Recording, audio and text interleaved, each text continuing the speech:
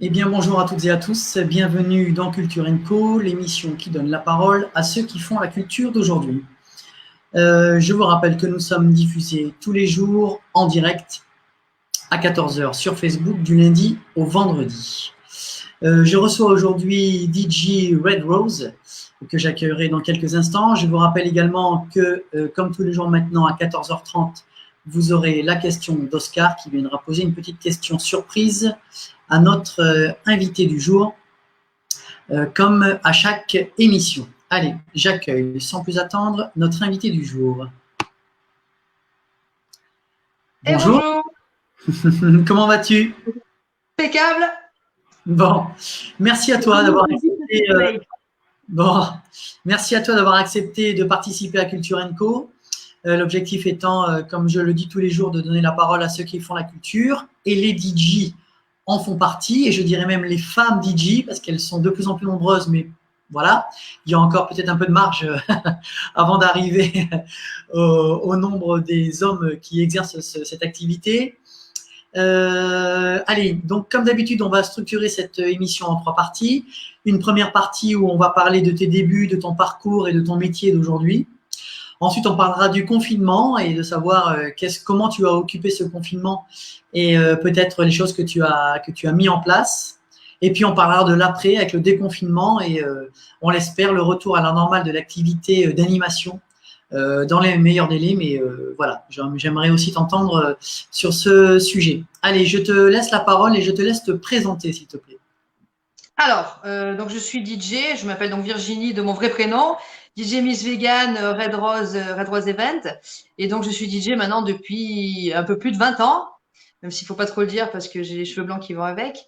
Et donc, j'ai toujours été DJ, directrice artistique en club. Et là, depuis très peu, je suis à la tête de ma société d'événementiel.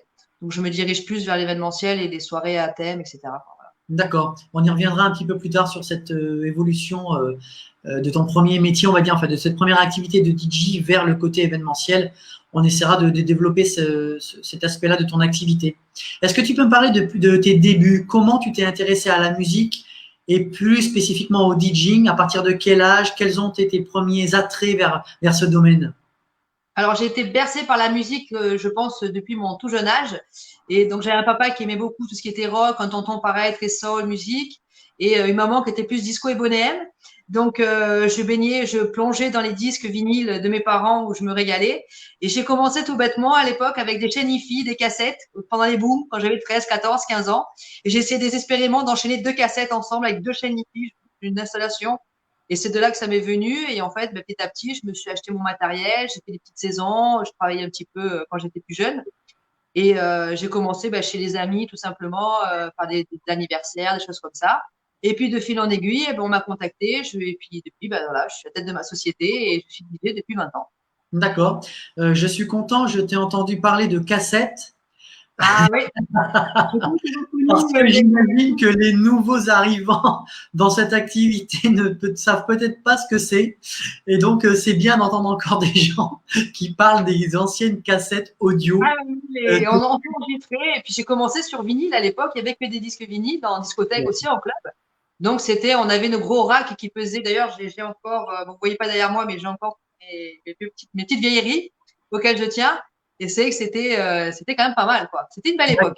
Ok, donc c'était quel âge? Tu m'as dit quand tu as commencé environ, tu avais quel âge? Moi, j'ai commencé vraiment à mixer, j'avais vraiment 17 ans. Vraiment, à toucher vraiment les tables de mixage, console, enchaîner au tempo. Je devais avoir 17 ans quand j'ai vraiment commencé à m'y mettre sérieusement. D'accord. Et quand est-ce que tu as pu acheter ton premier matériel? C'était déjà le cas ou tu as acheté plus tard? À 17 ans.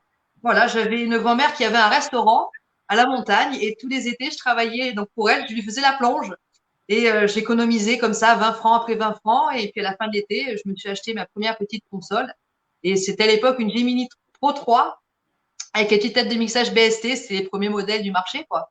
Et c'est là-dessus que j'ai commencé. Et après, je me suis acheté mes platines vinyles au fur et à mesure, quoi, toujours en économisant.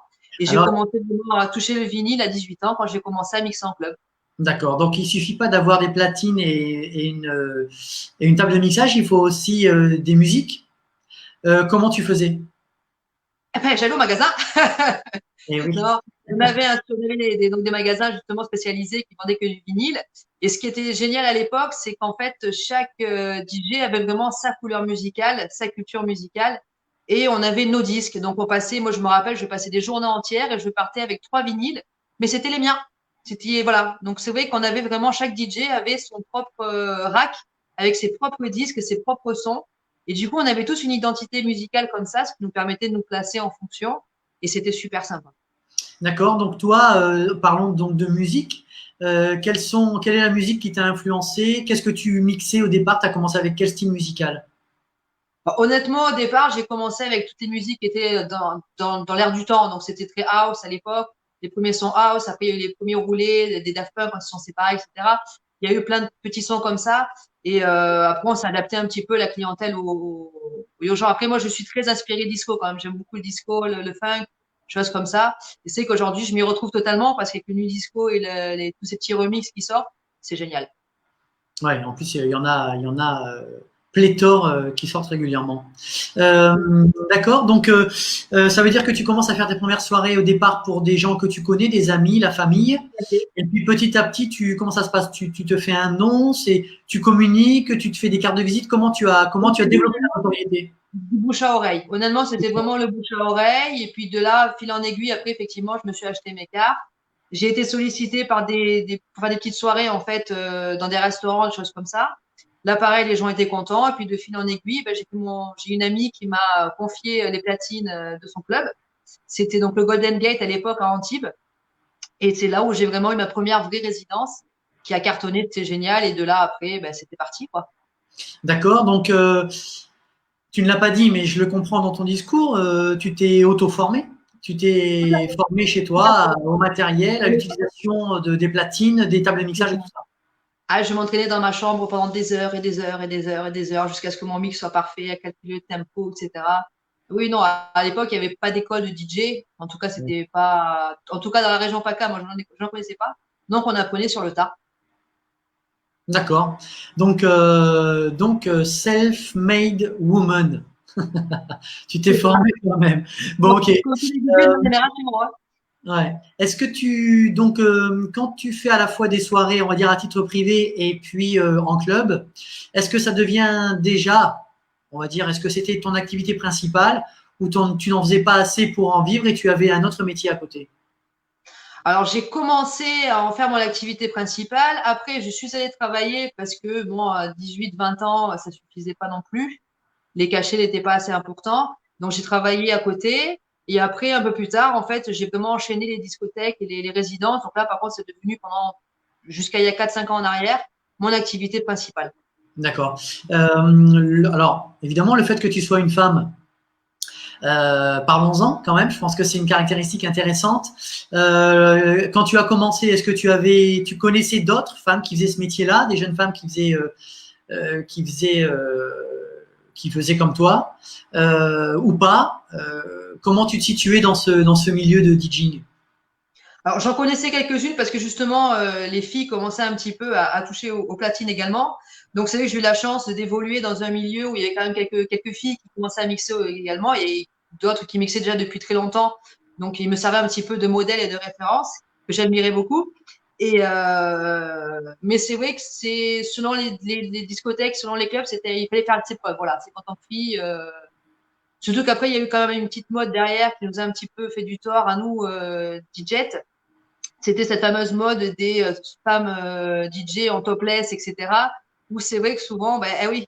Donc ça a été un petit peu la mode pendant un moment et c'est que ça nous a porté un peu préjudice parce que du coup, on nous prenait plus pour des bimbos que pour des vrais DJs. Donc il fallait quand même y aller, mais après ça s'est bien passé. Puis aujourd'hui, finalement, on a exactement le même statut que les DJ, que mes homologues masculins. Et c'est Mmh. très sympa. D'accord. Enfin, je suis obligé de rebondir là-dessus. Comment tu penses que c'est arrivé cette mode? du DJ topless. Enfin, je sais pas, il n'y a pas de chanteur topless, de chanteuse topless. Ça vient d'où? C'est un mélange de gogo Je dance sais pas, peut-être et de quelques DJ. stars de porno qui ont voulu se reconvertir, je ne sais pas. Excellent. Nous, on a eu une vague comme ça où, voilà, et c'est vrai que j'ai eu des établissements qui me demandaient, mais vous pouvez m'envoyer des photos? Alors, je vous explique, bon, moi je joue, voilà, il n'y a pas le show qui va avec. Mais c'est vrai. Bon, Bon, heureusement, ça a été quand même assez court comme période, ça n'a pas été non plus, mais ça, tu sais que, il y a 20 ans en arrière, c'était quand même pas mal. bon, d'accord. Ok. Quand tu commences à travailler dans les clubs, c'est parce qu'on t'appelle ou c'est toi qui démarches? Honnêtement, un peu des deux. C'est quand on démarre, on a besoin de solliciter un petit peu les clubs, d'aller voir un petit peu ce qui se passe, et puis de se présenter. Et puis après, bon, la notoriété aidant, une fois qu'on a fait un bon établissement, c'est que derrière, ça nous ouvre des portes. Moi, notamment dans le Var, j'ai eu la chance de travailler au caveau pendant 3 ans. Donc, ça m'a ouvert quand même énormément de portes. D'ailleurs, c'est le Saint-Hilaire qui m'a appelé, qui m'a contacté pour reprendre la direction artistique aussi. J'ai fait 3 ans là-bas derrière aussi. Donc après, c'est vrai que de fil en aiguille, la notoriété fait que on arrive à être placé, les gens nous connaissent et nous font confiance ou pas. Mais du coup, c'est comme ça que les contrats généralement tombent un petit peu d'eux-mêmes. Ouais, d'accord. Tiens, parlons, tu as utilisé le terme de direction artistique. Concrètement, ça veut dire quoi? Ça veut dire que tu es libre au platine ou qu'en plus tu fais de la programmation d'autres, de Voilà. spectacles? Parlons un peu de cette notion de direction artistique. En fait, en tant que directeur artistique, on a donc la lourde tâche de mixer généralement, parce que généralement le DA est aussi le DJ résident. Et c'est que c'est nous qui organisons tous les événements, qui prenions contact avec tous les guests et qui organisons tous les événements, les gros événements de la soirée. Et souvent, on nous demande maintenant en plus de faire de l'infographie, de gérer vraiment les événements de A à Z. D'accord. Ouais. Donc, il y a de quoi faire. Oui, Euh, c'est ok. intéressant, c'est super. Parlons du matériel. Donc, tu l'as dit, tu as commencé avec des vinyles que tu allais acheter. Alors, quand même, je te pose la question, est-ce que tu travailles encore avec des vinyles? Parce qu'il y en a qui sont spécialisés là. Ou est-ce que tu as Ils sont évolué juste vers derrière autre moi. chose? Ils sont juste derrière moi. Je me régale encore avec des vinyles. Après, c'est vrai qu'en club, c'est moins évident parce que c'est quand même beaucoup de matériel à transporter à chaque fois. Donc, c'est vrai qu'aujourd'hui, la plupart de mes confrères travaillent avec des contrôleurs parce qu'il y a des gammes de contrôleurs qui sont vraiment très sympas maintenant et qui sont très plus que professionnels. Après, moi, je suis restée un petit peu à l'ancienne, donc je travaille toujours avec des CD, des clés USB et du coup des platines et une table de mixage, quoi. D'accord. Donc, ça veut dire que tu as acheté plusieurs fois du matériel, j'imagine, pour passer du matériel initial avec lequel tu as commencé et le matériel avec lequel tu travailles. Ceci dit, enfin, vas-y, je te laisse déjà répondre à ça. Tu as acheté plusieurs types de matériel, donc. Tout à fait, oui, tout à fait, ouais. Oui, oui. D'accord. Après, Euh, il y a oui, beaucoup de technologies, de nouvelles technologies, de nouvelles. Donc, c'est sûr qu'on évolue. eh oui, avec son temps. Est-ce que tu penses que c'est obligatoire dans ce milieu que d'évoluer avec le matériel ou pas forcément? Je pense que c'est un gain de. On peut très bien mixer, faire une super soirée avec des disques vinyles et avec une table de mixage. Après, c'est vraiment pour le plaisir de l'utilisation. En fait, c'est le confort. C'est plus une question de confort. C'est vraiment une question de matériel en lui-même. Après, c'est sûr qu'il faut quand même un matériel assez professionnel et costaud parce que il y a surtout quand on fait de l'événementiel, on le démonte, on le remonte. Donc, c'est sûr qu'un truc en plastique et qui n'est pas adapté, on va pas forcément tenir la saison. Donc, il faut quand même taper sur le matériel professionnel qui a un certain coût, c'est certain. Mais après, peu importe le support. Voilà, je pense que le talent, après c'est la culture musicale qui rentre en compte et c'est la façon dont on va amener une soirée qui rentre en compte. On peut avoir un super matériel mais ne pas savoir s'en servir. C'est vrai. Est-ce que tu fais partie des DJ qui utilisent leur micro ou t'es plutôt du genre à laisser tes mix parler pour toi? Un peu des deux, un petit peu des deux. J'avoue que j'ai un petit peu la tchatche quand même, donc j'aime bien un petit peu demander aux gens si tout se passe bien. J'ai loupé ma carrière de chanteuse parce que malheureusement j'ai pas les cordes vocales qui vont, donc de temps en temps j'essaie d'en pousser une, D'accord? histoire de. Non, voilà, je sais il faut qu'il y ait un échange quand même avec les gens, avec le public. Maintenant, après, je suis pas non plus une animatrice radio qui parle sans arrêt. Voilà, je laisse quand D'accord. même les disques parler d'eux-mêmes et voilà. Mais j'aime bien de temps en temps échanger un petit peu. D'accord. Il y a plusieurs types d'activités, on va dire, pour le DJing. Il y a, allez, je vais en dire trois, mais bon, je vais en oublier. On va parler de catégories. Il y a celle du club, on va dire. Voilà. Il y a celle des festivités. Je pense aux fêtes de village, au genre de choses. Et puis, il y a les soirées privées où on vient peut-être te chercher parce que tu as une couleur particulière. Est-ce que tu as fait les trois? Et si oui, est-ce que tu proposes des choses différentes où tu viens avec ta marque, avec ton son, avec tes mix et tu dis voilà, si vous venez me chercher, c'est parce que vous venez chercher ma couleur. Alors, je fais effectivement les trois. Après, c'est quand même assez difficile. Bon, on a tous en fait notre personnalité qui va ressortir, quel que soit le type de musique qu'on va jouer. C'est une façon de mixer, c'est une façon d'enchaîner, c'est notre personnalité à nous, la façon dont on est derrière les platines et cet échange avec les gens. Après, c'est vrai que enfin, moi, j'ai quand même 40 ans maintenant, et c'est vrai que j'ai cette facilité à pouvoir m'adapter aux gens. Donc, je vais peut-être faire différemment en fonction du public que j'aurai en face de moi. Si c'est un bal de village, ou si effectivement c'est du club, on va peut-être jouer un peu plus électro, etc. que dans un bal de village, forcément. On va faire attention un petit peu, on va essayer de s'adapter. Moi, je fais partie de la catégorie des DJ qui s'adaptent. Ce qu'on appelle, on fait du open format. Ou voilà, moi, je vois en fonction de la clientèle que j'ai en face de moi, du public. D'accord, donc tu réponds à toutes les demandes. Un club t'appelle, tu le fais. Un village t'appelle, tu le fais. Mais tu fais aussi les mariages, les animations, les soirées privées. Tu fais tout type de prestations en DJ. C'est ça, voilà. D'accord, Je m'adapte vraiment aux demandes et à ce qu'on voilà, demande de faire. d'accord. Tu as une préférence? Honnêtement, non. C'est vraiment l'ambiance qui. Je vais m'éclater sur une soirée dans un village où il y a une bonne ambiance parce que les gens sont dedans et que c'est super. Il y a une belle interaction avec les gens. Tout comme au club, quand je vais pouvoir envoyer un peu plus électro au minimal parce que c'est un terrain sur lequel j'aime bien jouer. Ou un mariage où je vois les gens heureux et s'amuser, faire la fête. C'est vraiment cette histoire d'échange, moi, qui me grise en fait dans cette profession, quoi. D'accord. Est-ce que tu as déjà fait ou pensé faire tes propres créations musicales, créer des titres originaux ou en tout cas remixer des titres existants avec une couleur qui te caractérise à toi? Est-ce que tu l'as déjà fait? Est-ce que tu l'envisages? Enfin, est-ce que c'est quelque chose qui pourrait t'intéresser? Je l'ai eu envisagé pendant un moment. Après, c'est vrai que c'est quand même beaucoup de travail, c'est beaucoup il faut du matériel, etc. C'est quand même assez particulier. Et puis, comme j'étais très sollicitée, moi, par mes jobs, en fait, justement, par mes résidences, etc., j'avoue que j'ai pas trop eu le temps de le faire et je me suis pas lancée là-dedans. Donc, je vais laisser ça aux autres. Par contre, je prends souvent les productions des copains et j'aime bien les jouer, les tester pour eux, etc. C'est sympa, quoi. Mais c'est vrai que la prod, ça, c'est quelque chose auquel je n'ai pas encore touché. Bon, d'accord. Les copains, donc tu dois en connaître un certain nombre. Eh oui. Et donc tu utilises leurs titres. Ils te disent tiens, tiens, regarde, j'ai fait ça. Est-ce que tu peux essayer? Balance-le, voir ce que ça. Quelle est la réponse en face? Comment c'est reçu? Tout à fait, c'est ça. Dès que souvent, on m'envoie des productions, on m'envoie des titres, on m'envoie des liens. Et après, du coup, on me demande de les jouer en public pour voir un peu la réaction des gens. Et après, je fais un feedback derrière. Et c'est que c'est sympa en plus de pouvoir promouvoir les copains et surtout quand ils sont, parce qu'ils travaillent bien, les copains, ils sont bons, hein. Donc, c'est vrai que c'est cool. J'avoue que c'est D'accord. cool. Comment tu définis, je parle bien de l'activité de DJing pour l'instant pur, hein, on ne parle pas encore d'événementiel. Comment tu définirais le monde des DJ? Est-ce que tu penses que c'est le pays des bisounours et tout le monde s'aime bien et voilà, ou est-ce que c'est pas un peu la guéguerre ou je sais pas, celui qui aura soit le plus de plans, soit qui voudra travailler dans ce club-là parce que c'est le club dans lequel il faut aller mixer. Comment tu définirais un petit peu ce monde de DJing au niveau professionnel, j'entends? J'ai envie de dire qu'il y a un petit peu de tout. Maintenant, la grande majorité, honnêtement, on est vraiment une bande de copains et on s'éclate. Et généralement, entre nous, on se connaît. Puis on a tendance à s'échanger les plans en fonction de ce qui est bon pour l'un ou l'autre. On n'est pas au pays des bisounours, c'est certain. Il y aura toujours quelques énergumènes qui font toujours mieux que les autres et qui, voilà. Mais dans l'ensemble, honnêtement, on est une belle, il y a une belle unité entre nous, une belle cohésion. Et c'est ce que je trouve super sympa. C'est pour ça que je préfère dire que tous les DJ sont mes copains parce qu'on s'entend bien quand même. Et puis on est là, on a le même but, on a la même passion, donc c'est génial.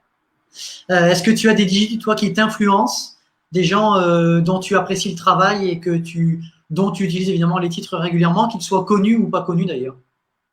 Alors effectivement, alors il y a des DJ que je n'ai pas eu la chance de connaître, mais qui m'influencent musicalement parlant, surtout en ce moment, Purple Disco Machine par exemple, que j'adore, parce que justement cette connotation disco, Disco. funk, house, machin, j'adore. Après il y a plein de DJ, moi je suis génération Daft Punk, hein, donc moi c'est voilà, c'est quelque chose, ça a toujours été ma référence musicale. Et après en termes de DJ vraiment que j'ai plus l'occasion de côtoyer, bah, il y a Dario qui est devenu un ami. Et donc, qui a fait l'animation radio, Fun Radio, qui a commencé, voilà, qui est d'ailleurs en ce moment au Luxembourg, et qui fait aussi sa tournée Radio New York. Et c'est quelqu'un, pour moi, c'est le papa, c'est mon papa musical, quoi. C'est, voilà. Et ça, c'est quelqu'un vraiment que j'admire et que je prends avec, quand je fais qu'il fait une petite soirée dans le coin, j'essaie de me débrouiller pour aller le voir. Et je prends toujours aussi autant de plaisir à écouter et ses mix et tout ce qu'il fait, et voilà. Et il y en a D'accord. d'autres, hein. Mais entre autres, Dario, c'est vrai que, d'ailleurs, s'il est là, bisous. Le petit coucou.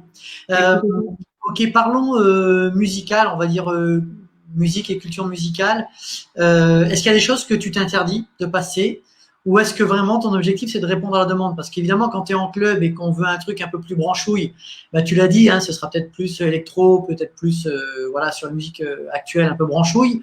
En revanche, quand tu es dans une animation familiale ou plus populaire, évidemment, c'est pas forcément le même répertoire que tu vas mixer. Malgré ça, est-ce qu'il y a des choses que tu t'interdis ou vraiment tu réponds à la demande? alors, tant que faire que se peut, j'essaie de répondre aux demandes à partir du moment où j'ai les morceaux, bien évidemment. Non, après, c'est vrai qu'il y a des morceaux qui sont très rébarbatifs parce qu'on les joue depuis 20 ans et puis parce que c'est pas, c'est, comme on dit vulgairement, c'est pas notre cam. Mais moi, voilà, moi, je pars du principe que je suis là pour faire plaisir à des gens qui m'ont embauché quand même pour leur donner satisfaction. Donc, le but du jeu, c'est de leur faire plaisir, qu'il y ait de l'ambiance. Alors, des fois, on fait un peu main basse sur nos propres goûts musicaux, mais on fait plaisir. D'accord. Donc, tu t'interdis rien. Non. Sauf, ouais, bah, il y a vraiment voilà, tout ce qui est un peu trop cru, rap français, un peu trop trash, ça, j'avoue, j'ai un petit peu plus de mal, quoi. Voilà. Ouais, d'accord, d'accord. Ok, Ma peau, sinon, dans l'ensemble, s'il faut tourner des serviettes, on fait tourner les serviettes. ok, ok. C'est bon à entendre. C'est bien à entendre cette diversité musicale. Ok, alors aujourd'hui, être DJ, ça nécessite d'avoir. Est-ce que tu as une idée du nombre de titres que tu as en magasin avec lesquels tu travailles? Honnêtement, je dois avoir à peu près 6 ou 7 000 titres, Ah ouais. moins. Ah oui, oui, j'ai une grosse pochette CD que je trimballe de partout, plus tout ce que j'ai en clé USB et que tous les sons nouveaux qu'on récupère, quoi. Et sans comparer des vies. Non, ouais, j'ai de quoi faire quand même. Je suis un peu la Wikipédia en ce moment de la musique, peut-être. D'accord. De toute façon, pour répondre à autant de demandes, comme on l'a dit, aussi diversifiées, il faut quand même un beau répertoire. Ouais, il faut de tout.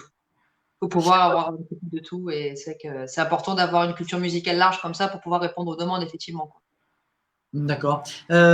Tu communiques, tu es présent sur les réseaux sociaux, Tout à fait. tu as un site internet que l'on va montrer d'ailleurs. Alors, parle-moi de ce site, tu l'as fait il y a combien de temps? Alors, ce site internet est né il y a à peu près 3 ans, je crois, quelque chose comme ça, deux ou 3 ans. Et bah, c'était par rapport à ma société d'événementiel, tout simplement pour proposer un petit peu tout ce que, pour pouvoir proposer un petit peu l'éventail des prestations que je pourrais faire.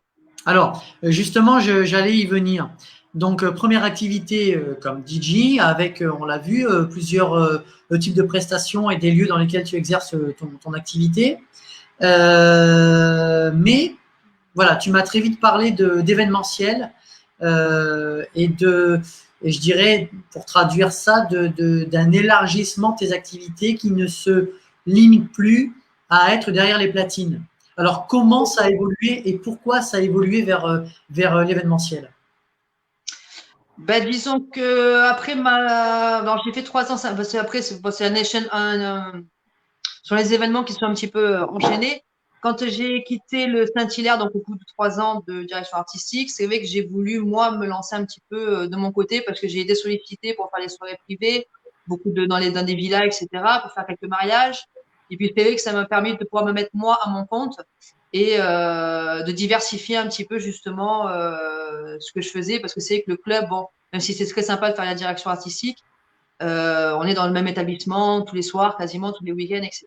Donc là, c'est que ça me permettait un petit peu de diversifier mon activité et j'ai trouvé ça très sympa. C'est un petit challenge. Et je me suis dit, allez, on y va et puis ça marche bien. Donc, se diversifier, c'est quoi? C'est avoir un réseau de prestataires avec lesquels tu travailles, que tu as rencontré lors de tes prestations, avec qui tu as créé des liens et que tu places, enfin, je ne sais pas si on peut appeler ça, du booking, enfin, en tout cas, que tu Non, c'est réponds pas à des demandes en utilisant des voilà. prestataires, autres prestataires que toi. Tout à fait. En fait, c'est pas du booking parce que moi, je ne book personne. Mais en fait, c'est vrai qu'en fonction des demandes que l'on me fait, je vais pouvoir proposer les services d'un magicien, d'un échassier ou d'un autre DJ ou d'un groupe, d'un orchestre. Ce sont des prestataires, ce sont des gens que j'ai rencontrés généralement en soirée, justement, ou en prestation, qui ont fait un truc super sympa et qui m'a beaucoup plu. Donc, on échange les cartes, c'est un échange de bons procédés. Et ça permet de faire travailler un petit peu tout le monde et puis de pouvoir collaborer comme ça avec des intervenants qui sont super sympas, des performeurs et tout, c'est sympa. Alors, faire ce genre d'activité d'événementiel, c'est-à-dire on va plus vers soit la réponse à une demande, soit de l'organisation de soirées diverses et variées, on va dire événementielles, ça n'est pas le même métier que d'être derrière ces platines et mixer le dernier son à la mode ou faire un mariage, je ne sais pas, pas loin de chez toi. Est-ce que tu as une préférence? Non, honnêtement, non. Je me sens aussi bien dans un mariage à côté de chez moi que sur l'organisation qui est très grisante, je l'avoue, une grosse soirée de A à Z, on prend tout en main. C'est vrai que les deux sont super intéressants, mais la finalité, c'est vraiment le plaisir des gens d'avoir réussi son truc, et c'est ça qui est génial, quoi. D'accord. Est-ce que tu penses que tu vas encore évoluer dans ton activité? Évoluer, je sais pas vraiment si on peut parler d'évolution, mais je sais qu'il faut s'adapter, se mettre au goût du jour, parce qu'il y a des nouvelles tendances, il y a toujours un peu, voilà. Mais après, diversifier encore plus peut-être les activités, je sais pas, à voir. D'accord. Je vois qu'on a un petit mot de Ludo qui dit elle est là, la best, avec un B majuscule. Merci les deux. Ok. Ça veut dire qu'aujourd'hui, dans le cadre d'organisation événementielle, tu es en capacité d'organiser une soirée dans sa globalité, que ce soit, je ne sais pas moi, le repas, tous les prestataires, le programme de la soirée, le timing, tout ça, tu es en capacité de répondre à une demande globale. Tout à fait. Voilà. Oui, oui, il D'accord. suffit que la personne me donne un petit peu ses envies et voilà, le budget, l'enveloppe, etc. Et en fonction de ce qu'elle désire faire, effectivement, je vais pouvoir faire appel à d'autres prestataires qui vont me rejoindre et avec qui on va pouvoir élaborer justement et nous occuper de la conception en fait de l'événement de A à Z. D'accord. Lorsque tu fais ça, est-ce que tu te mets quand même aux platines ou tu Bien préfères sûr. avoir le recul sur l'organisation? Tout dépend vraiment de l'événement, mais généralement, je ne peux pas résister au fait de finir la soirée derrière mes petites platines. D'accord. Donc, il t'arrive d'embaucher, je ne sais pas si on va utiliser ce terme-là, mais en tout cas de travailler avec d'autres DJ. Oui, bien sûr, oui, bien sûr. Selon les événements, souvent, je fais appel à des confrères qui viennent pour qui je dois vraiment, moi, rester en backstage pour l'organisation. Mais c'est vrai qu'il y a un petit moment quand même où j'ai un petit quart d'heure là où je vais lui piquer les manettes. Tiens, je vois qu'on a Kevin qui nous dit la team Covid-83 et la patronne. Alors, on va y revenir, on parlera de cette initiative-là durant le confinement.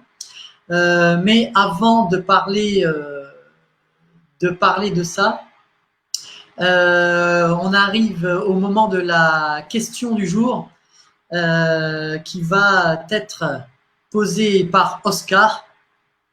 Donc, je te laisse en compagnie d'Oscar qui va te poser une petite question surprise. Allez, ça roule. Et salut! Salut! Oui, je la connais! Eh oui, on la connaît! Ah, j'adore! Bah ouais, ça va et toi? T'as toujours la pêche? Eh oui, il a Ah oui, toujours la pêche. Hein. Ouais, c'est cool! Alors, j'ai une question, hein, voilà. Alors, qu'est-ce que tu réponds à tous ceux qui disent que les DJ ne sont pas des artistes ou des musiciens? que des artistes et des musiciens. J'ai envie de dire, mais ils ont quand même raison. On est des artistes et on est des musiciens. Bon, musiciens, oui, parce qu'il faut quand même qu'on ait l'oreille musicale pour pouvoir enchaîner des disques. Et des artistes, oui, bien évidemment, parce qu'on fait partie de ce merveilleux milieu où on donne du plaisir. Et la musique, c'est de l'art. Ouais. Alors en fait, voilà, nous on est tous des artistes, que ce soit DJ et tout comme nous. Eh ben oui, hein. Ouais. Exactement. Et j'ai une question personnelle parce que est-ce que ça te plaît et est-ce que tu vas faire ça jusqu'à temps que tu sois vieille? J'ai envie de dire, vieille, je commence. Mais alors, tant que mes oreilles fonctionnent, je continuerai à mixer. Ouah, ça c'est cool. Voilà. Bon, ben voilà, c'était une question. Alors, je te fais des gros bisous et j'espère qu'on va se voir dans les prestats. Et oui, hein, parce que ça reprend, je suis contente, ça reprend. Alors, bisous à Mickaël, bisous à Virginie et à bientôt. À bientôt. T'as Salut, entendu Oscar. ça? Non, moi je dis rien. Moi, en fait, ça sert à rien que je sois là. Ouais, vas-y, pousse-toi. Voilà. Ah, c'est mieux comme ça. Voilà, c'est mieux. Allez, je vous laisse en interview tous les deux. Salut! Salut, Oscar. Bisous. Au revoir. Donc voilà, c'était la question Oscar du jour. Oui, alors c'est vrai que quand les DJ sont arrivés et ont commencé à faire des prestations, que ce soit pour les villages, les comités des fêtes, les mairies, tout ça, c'est vrai que moi j'ai entendu des musiciens qui n'ont pas forcément aidé à ça et qui n'étaient pas forcément très contents. Et puis la critique était tellement facile. Donc la question d'Oscar était, je trouve, pertinente, à savoir que être DJ, ça quand même nécessite, enfin c'est toi qui vas me le dire, une culture musicale, une connaissance technique du matériel. Enfin, c'est une vraie activité, quoi. Oui, tout à fait. C'est vrai que c'est un petit peu l'idée préconçue. À partir du moment où on travaille en discothèque ou derrière les platines, on s'amuse. Donc, effectivement, on prend le plaisir parce qu'on donne du plaisir. Et si on n'en prend pas soi-même, c'est un peu compliqué d'en donner. Mais il y a quand même un gros travail derrière. Il faut analyser sa piste de danse, il faut avoir une culture musicale justement pour pouvoir répondre à toutes les demandes. Et effectivement, techniquement parlant, il faut quand même savoir enchaîner au tempo, il faut que ce soit fluide, il faut que ce soit agréable aux oreilles. C'est quand même, ça demande quand même une certaine technicité d'un côté, une culture musicale de l'autre et un savoir-faire. Alors, il y a une chose dont on n'a pas trop parlé, c'est le matériel. Lorsque tu es demandé en club, bon, moi j'imagine qu'ils ont leur propre matériel de diffusion. Alors peut-être que tu viens avec tes platines, ta table, ton contrôleur, je ne sais pas comment tu travailles. Mais en revanche, quand tu fais des soirées privées, tu viens avec ton propre matériel. Donc là aussi, il faut savoir monter son matériel, le brancher et s'en servir. Exactement. Et il y a du boulot. J'ai la chance, parce que c'est une chance quand même pour moi, de faire des grosses scènes aussi. Donc justement, quand je sonorise des gros événements, là j'ai l'occasion d'avoir un contrat avec la Fudalos où je fais beaucoup de gros événements, c'est des grosses scènes. Donc là j'ai reçu Boris Way, je reçois souvent Dario, j'ai reçu quand même pas mal de bons petits DJ là bien sympas. Et c'est que là par contre c'est une grosse structure scénique à monter, c'est quand même 2 heures de montage, voire 3 heures de montage et tout autant de démontage derrière. Donc ça nécessite quand même du travail, effectivement. Dans le cadre des soirées événementielles que tu organises ou que tu proposes peut-être à des clients, est-ce que tu travailles seul au niveau de l'organisation ou après est-ce que tu t'entoures de techniciens, de régisseurs, de gens qui t'aident dans le côté justement un peu plus technique? Alors moi, je fais pas trop de spectacles, donc j'ai la chance de pas avoir besoin de régisseur du coup pour tout ce qui est lumière, etc. J'arrive à le faire moi. Et donc selon effectivement, je demande de l'aide parce que c'est un petit peu lourd quand même, hein. Donc pour m'aider, mais c'est vrai que la plupart du temps, honnêtement, j'essaye de travailler seule parce que je suis un peu comme ça. Moi, j'aime bien quand j'ai ma petite organisation, mon petit train-train, je fais mon petit truc, voilà. On n'est jamais mieux servi que par soi-même. C'est un peu ça. Ça. Bon, ok. Écoute, je pense qu'on a bien fait le tour de ton activité depuis tes débuts jusqu'à aujourd'hui. Mais voilà, maintenant, il y a 3 mois de ça, le monde de la culture a été confronté à cette crise, cette pandémie mondiale. Alors, j'aimerais te poser la question de toi, comment tu as vécu ça déjà à titre personnel, ce confinement? Déjà, est-ce que tu as été confiné ou est-ce que tu as peut-être une autre activité qui a fait que tu as peut-être continué à exercer un métier ou pas? À titre personnel, comment as-tu vécu ce confinement? Alors, donc je ne travaillais pas, donc j'ai été confinée. Je suis restée à la maison enfermée pendant plus de 2 mois, enfin jusqu'au 11 mai exactement. Et comment je l'ai vécu? D'une manière un petit peu extraordinaire, un petit peu comme tout le monde. C'est la première fois que ça nous arrive, donc c'est quelque chose qu'on n'a jamais vécu. Donc on ne sait pas. Moi, c'était un petit peu mitigé dans ma tête entre la peur effectivement d'un éventuel virus et puis le fait de me dire bon qu'est-ce qu'on fait? Voilà, c'est un petit peu les inquiétudes de tout un chacun. Et puis bon, c'est vrai que de me dire bon, il y a quand même des inquiétudes par rapport au niveau professionnel, par rapport aux soirées, par rapport aux contrats à venir, etc. On ne sait pas en fait, hein. C'est l'incertitude qui était la plus difficile finalement à gérer. Mais après, effectivement, on a eu cette espèce de petit, on a eu on a monté ce groupe, la Covid 83, et on a commencé à faire ces lives. Et de là, en fait, ces 2 mois m'ont permis de vivre une aventure humaine, mais incroyable, incroyable. Alors, C'était extraordinaire. parle-moi de cette initiative pendant le confinement. Concrètement, c'est venu comment? Tu as été contacté? Tu en es à l'initiative? C'est un collectif? Parle-moi un peu de ça. Alors en fait, tout simplement, c'est un ami à moi qui est donc Laurent Savarez, alias Loul, qui est DJ lui aussi. Et en fait, qui m'a passé un petit coup de fil simplement en me disant, voilà, écoute, je vois que sur Facebook, il y a plein de gens qui mixent de tous les côtés. Si on faisait un groupe de DJ, on se relaie et comme ça, on propose vraiment une plage horaire. Chacun mixe à une heure précise, ce qui permettrait aux gens de pouvoir passer la journée en musique du matin au soir. Et nous, finalement, de pas mixer en même temps que les copains. Et donc, on a monté ce groupe et effectivement, de là, ça a pris une petite ampleur sympa parce qu'on est quand même arrivé avec 1700 followers. Donc, on avait quand même, on a fait quand même on avait une belle audience en fait du matin au soir. Et c'est vrai que c'était tout simplement génial avec les DJ parce que du coup, on s'est retrouvé avec une petite bande de potes en fait, confinés aussi. Donc nous, c'est que ça nous donnait quand même un but, un objectif. Et puis moi, j'ai vécu des choses pendant mes lives avec les gens qui me regardaient, qui m'écoutaient, qui étaient extraordinaires. J'en ai eu les larmes aux yeux le dernier jour parce que c'était vraiment super sympa. Vous étiez combien de DJ? On est allé jusqu'à 15. On est arrivé jusqu'à 15. Voilà, donc on se relayait un jour-là en fonction des disponibilités de chacun. Donc on essayait, puis on mixait quand même de 11h30 jusqu'à 22h, 23h des fois le soir. À raison d'une heure chacun. Voilà. Ouais. Oui, on a couvert une belle amplitude. D'accord. Qu'est-ce qui t'a motivé, toi, à participer à ça? Ça te paraissait naturel? Tu n'aurais pas pu ne pas y être? Oui, c'est un petit peu ça. Déjà, l'envie me démangeait déjà de toucher mes platines. Et puis, je sais pas comment expliquer ça. C'est vrai que c'était un rendez-vous, en fait, finalement, qu'on donnait aux gens. Mais c'était un rendez-vous, nous aussi, qui était très important pour nous. Enfin, moi, je parle personnellement. J'attendais mon heure avec impatience. Le matin, je préparais ma playlist du soir parce que mixer tous les jours, pour moi, c'était une évidence de ne pas proposer toujours les mêmes sets et pas toujours la même musique. Donc, j'essayais de varier un maximum. Donc, du coup, tous les matins, je faisais une programmation, etc. Et puis, ce rendez-vous, c'était un pur moment de bonheur, quoi. Parce que j'avais des gens qui me suivaient et c'était génial. Tu avais un créneau horaire fixé? Ouais. Moi, j'avais un petit créneau horaire donc de 18h à 19h dans la majeure partie. Après, le week-end, je faisais un peu les apéros mix entre midi et 2. Mais c'était génial. Ok.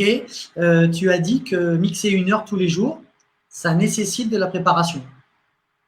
Oui, en fait, parce que je voulais vraiment proposer des choses différentes aux gens qui me suivaient vraiment tous les jours. Je voulais pas qu'il y ait une lassitude. Je pensais un petit peu, je me mettais un peu à leur place, quoi. Et je voulais leur faire découvrir des nouveaux sons. Et c'est que c'était une démarche qui était quand même très intéressante musicalement parlant, parce que quand on travaille en club, quelque part, on reste un petit peu dans notre zone de confort. On sait que tel et tel morceau passe à la radio, on fait plaisir, etc.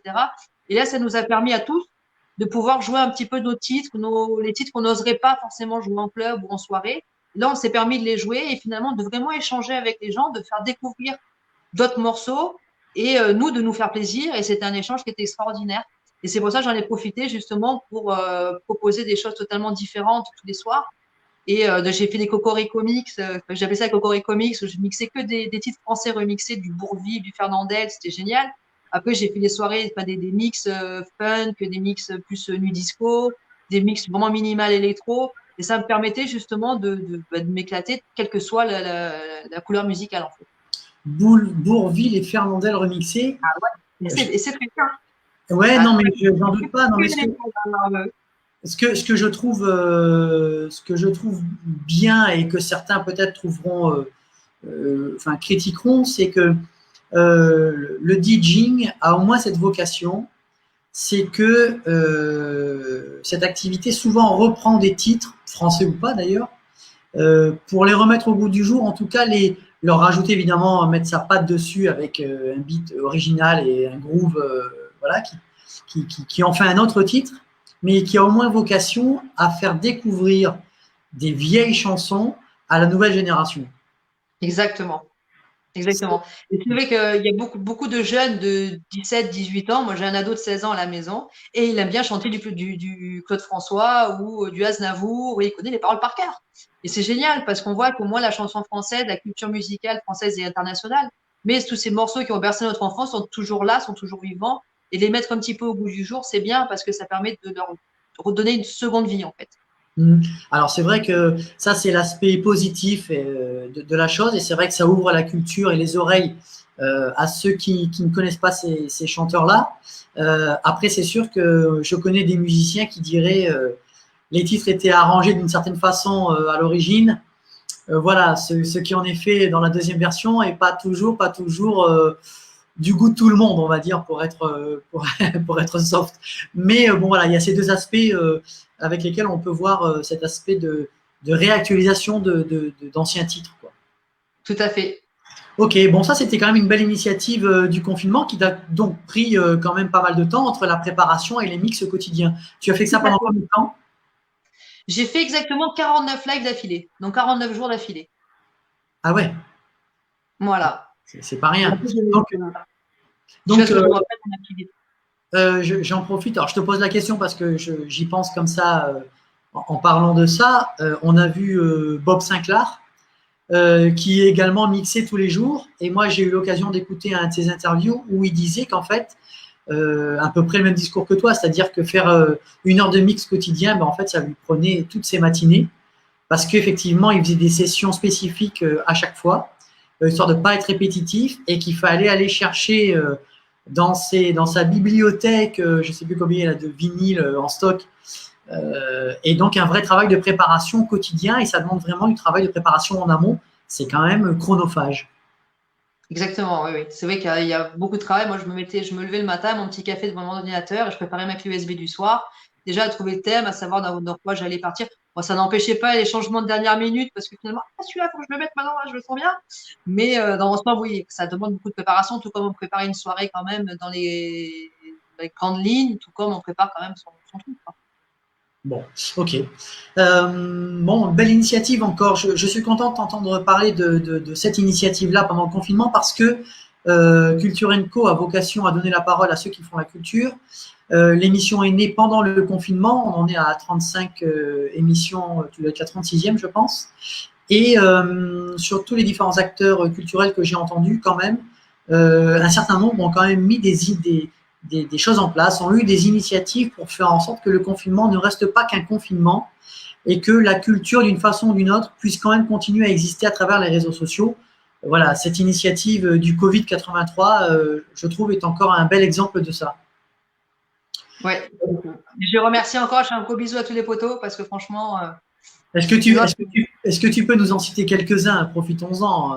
Il y a Kevin qui nous parlait tout à l'heure, dans DJ Jax, il y a Loul, Sissou, on avait Rémi Massa qui était l'ancien résident de la réserve à Saint-Raphaël, on avait Boujou Boujou qui nous a enchanté des petits sets soleil, nos deux DJ plus techno, électro, pointu, donc on avait monsieur Shaolin, Sébastien, on avait Nomas, Laurent Janin, pareil, qui nous a proposé des sets mais à tomber. On a notre petit Strasbourgeois aussi qui nous a rejoint un petit peu plus tard, Adi2, donc DJ Mystique, qui nous propose des sets assez tard. Et on avait notre star aussi, Peter Tess, qui nous proposait toujours des petits sets à 20h avec un déguisement tout différent tous les soirs. Donc c'était rigolo. Donc on attendait avec le suspense. Qu'est-ce qu'il allait nous pondre le soir même, quoi. C'était sympa. Donc en gros, je ne sais pas si j'en oublie, désolé, les copains. Alex Pépou aussi, très important, Alex Pépou, Sylvain Flores aussi, on était quand même une bonne bande de potes, on s'est vraiment régalé, quoi.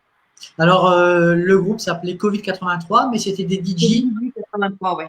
De toute la France Principalement d'ici, mis à part donc Adrien qui est DJ Mystique et qui est strasbourgeois. Sinon, on est tous Fréjus, Saint-Raphaël, Vidauban, voilà, du golfe de Saint-Tropez, la région PACA.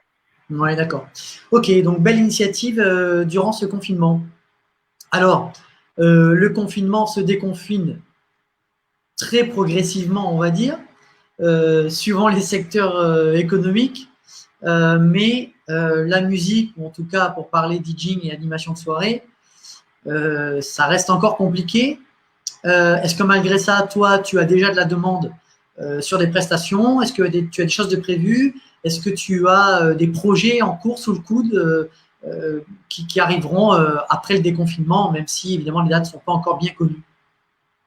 Alors j'ai de la chance honnêtement de bien m'en tirer, on va dire, c'est-à-dire que la plupart de mes prestations en mariage, etc., étaient maintenues parce que les futurs mariés ont pris le parti d'attendre plutôt que d'annuler, de reporter. Donc j'avoue que j'ai de la chance à ce niveau-là. Et puis j'ai été contactée, j'ai pris contact avec des établissements qui me prennent en parallèle, donc qui remplacent finalement les quelques soirées qui sont annulées, notamment au niveau des collectivités. C'est qu'aujourd'hui malheureusement la plupart des collectivités ont préféré annuler les festivités sur tout l'été plutôt que d'attendre un petit peu les nouvelles annonces. ce qui fait que on a perdu un petit peu tous nos contrats dans les balles, voilà, tout ce qui est fête, festivités de village et autres. Ça devient très, très compliqué, quoi. Voilà. Ouais, c'est sûr, c'est un pan de l'activité qui ne reprendra pas de sitôt. Ce sera plutôt des soirées privées ou en club. Voilà. Club, soirée privée et les mariages pour ceux qui ont préféré attendre et qui finalement pourront célébrer leurs noces normalement. Mais sinon, c'est vrai que la plupart des grosses festivités, les festivals de toute façon sont annulés également, je pense, en septembre. Donc, je pense que ça va être quand même très compliqué en espérant que les clubs réouvrent très prochainement parce qu'ils souffrent énormément et ça serait bien qu'on puisse les aider un peu différemment, quoi. Oui, c'est sûr. Je reviens avec cette dernière question concernant l'aspect événementiel que tu exerces aujourd'hui. Ça te fait travailler avec combien de prestataires environ, des gens avec qui tu travailles régulièrement, on va dire? Que j'ai tendance à solliciter ou avec qui on se croise sur pas mal de prestations, on va dire qu'on est une bonne trentaine quand même à se croiser assez régulièrement.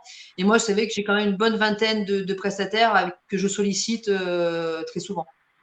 D'accord. Tu as je ne vais pas appeler ça des préférences, mais voilà, des gens avec qui tu aimes bien travailler. C'est toujours pareil, c'est qu'il y a des gens avec qui le feeling passe, il y a des gens avec qui, voilà, on sait très bien qu'on va les proposer sur une prestation, on sait très bien que les clients vont être contents, que tout va très, très bien se passer.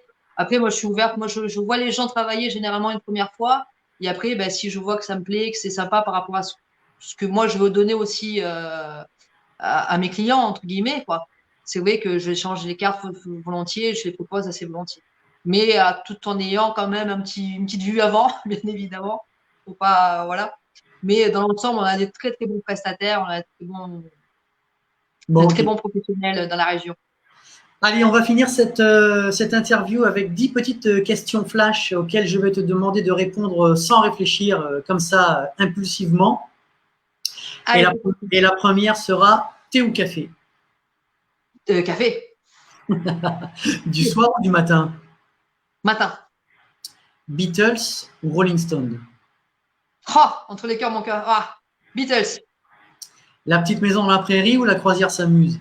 la petite maison dans la prairie. Plutôt série ou plutôt film? Film, Ah ouais. Johnny Hallyday ou Miley Cyrus? Johnny Hallyday. Ah ouais. Beurre ou margarine? Beurre, Mer ou piscine? piscine, Brad Pitt ou Alain Delon? Alain Delon. Et la dernière, Culture & Co ou Vivement Dimanche? Ah Culturel Co, sans hésitation. Bon, merci. J'espère qu'un jour quelqu'un dira Vivement Dimanche. Maintenant, c'est pas le cas. Bon, ok. Bon, merci à toi d'avoir participé à Culture & Co. Je suis content de m'être entretenu avec toi. Tu étais la première DJ et même le premier DJ avec qui je m'entretiens dans l'émission. J'étais content de le faire avec toi. À ceux qui nous suivent, je rappelle qu'on est tous les jours en direct à 14h sur Facebook, que l'émission, évidemment, vous pouvez la retrouver en streaming sur la chaîne YouTube. Et que demain, nous accueillerons François Deblaye, qui est attaché de presse, mais aussi artiste. Et il nous parlera notamment de son projet Les Amoureux du Sacré-Cœur. Merci à toi d'avoir accepté de participer à l'émission. Je te dis à très bientôt. Et puis, bonne continuation à toi. Bonne journée. Merci.